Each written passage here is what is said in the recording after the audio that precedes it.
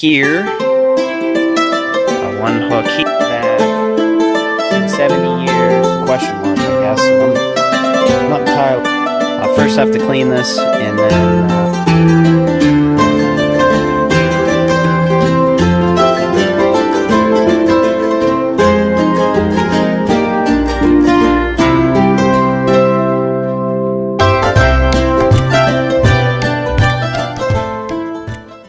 So a video or two ago, we were moving logs with the 8N here, and we didn't really have any places to hook chains or anything to this loader. And I figured today, we have the 8N here, and I think what we'll do is we're going to put a hook down here, one hook here, one hook here, and then the same thing over there.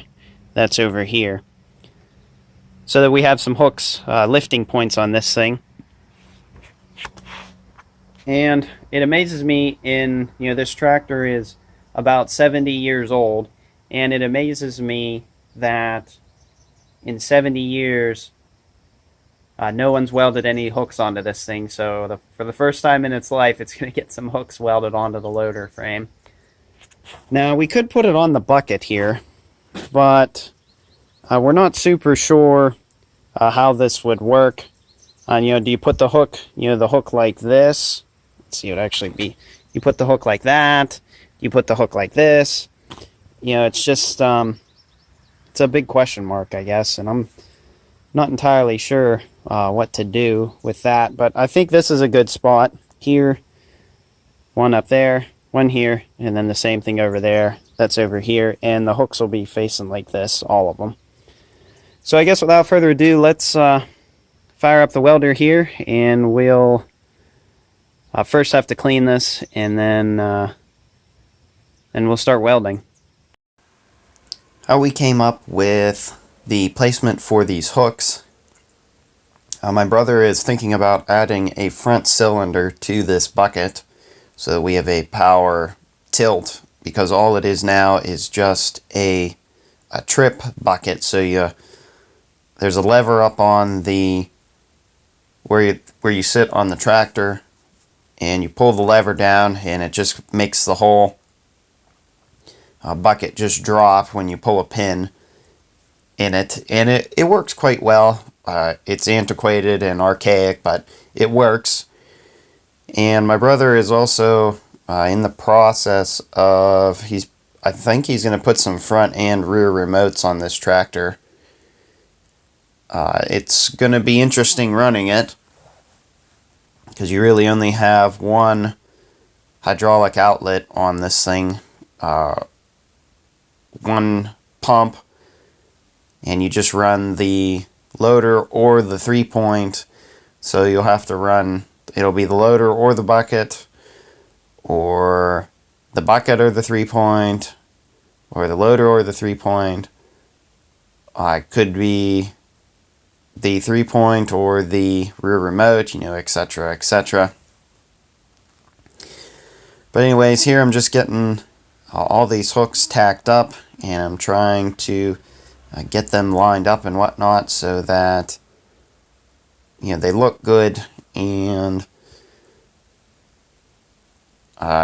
getting them where we wanted them. I would put hooks in the middle, but like I said, my brother is thinking about putting a hydraulic cylinder on the front of this thing, so obviously those hooks will be in the way if we ever do put one on. It would be nice to lift from the middle, but it is what it is, I guess. I don't know how else to do this. You could weld them to the bucket, but the bucket isn't as thick as like the frame is and stuff, so I'm kind of leaning more towards putting it on the frame. You're probably not going to break this frame or bend it, or, I mean, you could if you were abusing it and whatnot. So that was day one, or night one, and I figured we're back at it again, and I'm just trying to take off the bucket now. I'm trying to find a socket that'll fit it. It was, the bolt side was 1 1/8 inches, and the side where the socket is now was 1.25" socket, and I'm really happy I bought those big massive sockets from Harbor Freight. Those things have been a real lifesaver, because before, how I would have done this is probably put a pipe wrench on it, and hopefully it would have worked, and it probably wouldn't have, and my big Harbor Freight impact was not able to break these bolts loose on the one side. It probably would have broken them loose on the other side. So we have now replaced these bolts with pins, so you could maybe say this is a quick attach bucket. Not really, but it's better than the bolts having to use tools, because now all we do is we just pull a pin, and hopefully they won't fall out and whatnot. Although I think we will leave the bucket on this thing for the most part, except when we're mowing the field. My brother was really surprised. This is the first time we've ever had this bucket off of the tractor, and having that a few hundred pounds way out there does make this tractor a lot more difficult to steer.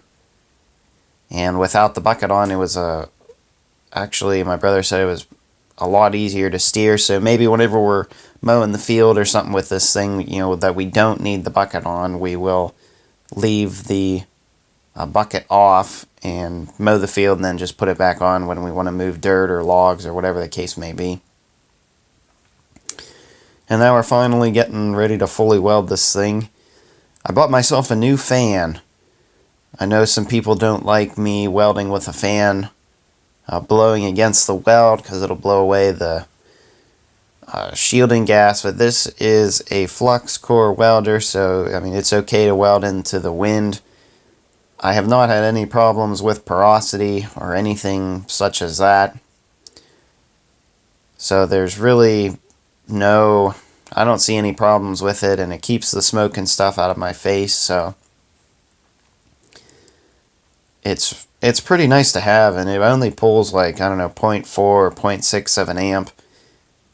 So it's not much at all.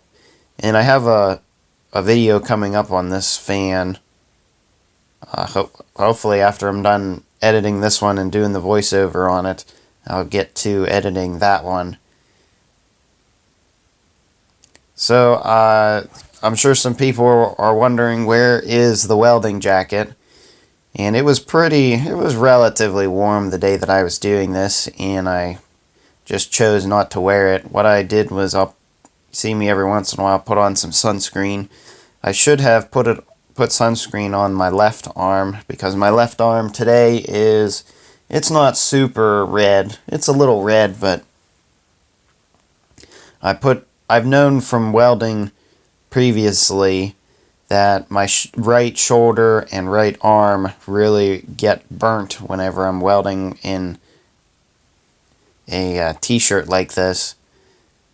But the left arm and left shoulder really don't get much of the UV rays, and it doesn't seem to be a problem there.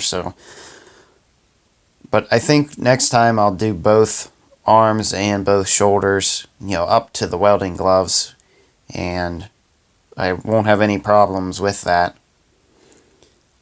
So we're pretty much almost done welding this thing on here. I do wish this Harbor Freight welder had longer welding leads. I was right at the max of what I could reach welding this hook here onto the other side, and I think, I pulled the welder off of the tool cart so I could have more welding leads. I had thought about putting a D-ring or two on this loader frame here, but the D-rings are nice, don't get me wrong, but with a hook, it's just, you just kind of slip it in and you're done. And you could do that same thing with the D-ring, or if you wanted to shorten it, you would have to wrap it through the D-ring and then back onto itself too. So I figured we're not going to do that, and we would just weld hooks onto this thing. And I think these hooks even came from Harbor Freight. So Harbor Freight welding helmet, Harbor Freight welder, Harbor Freight tool cart, and Harbor Freight hooks, and I don't know if I said Harbor Freight grinder, but this thing seems to work. Everything seems to work quite well. I do wish I had a little bit more power in the welder, but for what I'm doing, it's underpowered a little bit. So, you know, I have the welder turned on max. I have .035, a single pass welding wire on here, or in the machine. And I have the feed speed at about 2.5 to 3.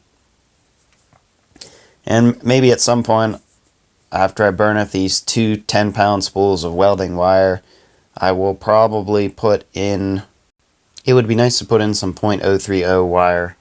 All I have now is at .035 wire, so a little thinner, and maybe putting out a few more amps to the weld itself because the wire is thinner, and it doesn't have to melt so much steel. Now, I know those settings are out of whack a little bit from what the manual says, but this welder doesn't have the power to melt the steel, to melt the wire and get a good weld when you have the wire feed speed cranked up the whole way. So, and plus I try to conserve wire as much as possible, so, you know, I'm putting as much heat into this as I possibly can, and using as little wire as possible, just enough to have a smooth arc. And it seems to work pretty good for me, and that fan comes in really, really handy. It's just blowing all the smoke right away from me, and it works pretty good. So this is what the finished weld looks like for this side. This is probably where I started on this side, and then this is where I finished, and you can see how it blends in better because I'm just using a 110 volt machine. And this is the other one. Again, not the prettiest, but yeah, I'm trying to do the best that I can with what I have. And I don't ever claim to be a professional welder. I didn't do too bad. And the last hook there